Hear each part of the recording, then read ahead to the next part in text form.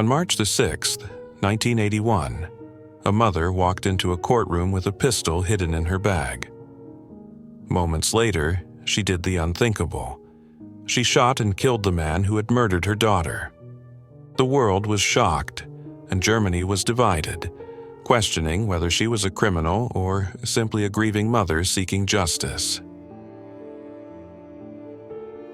Hello, and welcome back to the channel. Today we're diving into a tragic and controversial case from Germany, one of the most famous acts of vigilante justice in modern history. This is the story of Marianne Bachmeier and her quest for revenge. Marianne Bachmeier was born on June 3, 1950, in Sarstedt, Lower Saxony, West Germany. Her life was not easy.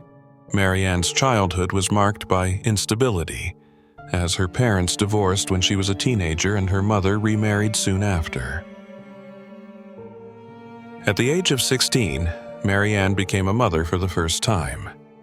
In 1966, she gave birth to her first child, and just 2 years later, she had her second.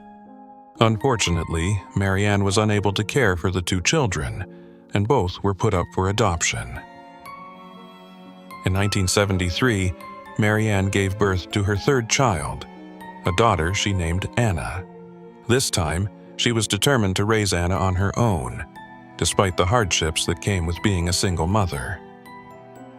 Life wasn't easy for Marianne, but she found work managing a local pub, scraping by to provide a life for herself and Anna. Things were difficult, but she made it work. Sadly, her world would come crashing down just 7 years later. On May 5, 1980, Marianne's 7-year-old daughter, Anna, had a minor argument with her mother. Frustrated, Anna decided to skip school that day, a decision that would lead to tragic consequences. That day, Anna was abducted by Klaus Grabowski, a 35-year-old man who lived in the neighborhood. What Marianne didn't know was that Klaus had a dark past. He had previously been convicted of sexually abusing young girls and had voluntarily undergone chemical castration in an attempt to control his urges. Klaus Grabowski held Anna captive in his home, where he sexually assaulted her.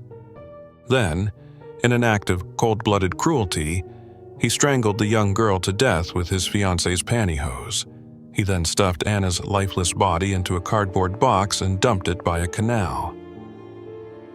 Later that same night, Grabowski's fiancée, horrified by what he had done, reported him to the police. He was quickly arrested, and authorities informed Marianne of Anna's death. Her world shattered instantly. The pain of losing Anna in such a brutal way was beyond comprehension. After Anna's murder, Marianne sought justice through the legal system. However, as the trial went on, it became increasingly clear that the justice system might not deliver the punishment Marianne felt Klaus deserved. The defense team for Klaus Grabowski claimed that he had acted out of fear, that Anna had threatened to report him, and in his panic, he had killed her. They also argued that his history of abuse, coupled with the hormone treatments he had undergone, had affected his mental state. Marianne was devastated. The thought that her daughter's killer might receive a lighter sentence or avoid full accountability was too much to bear. She felt betrayed by the system. On the third day of Klaus Grabowski's trial, Marianne Bachmeier made a decision that would forever change her life. She smuggled a small pistol, a Beretta 70, into the courtroom, hidden in her handbag.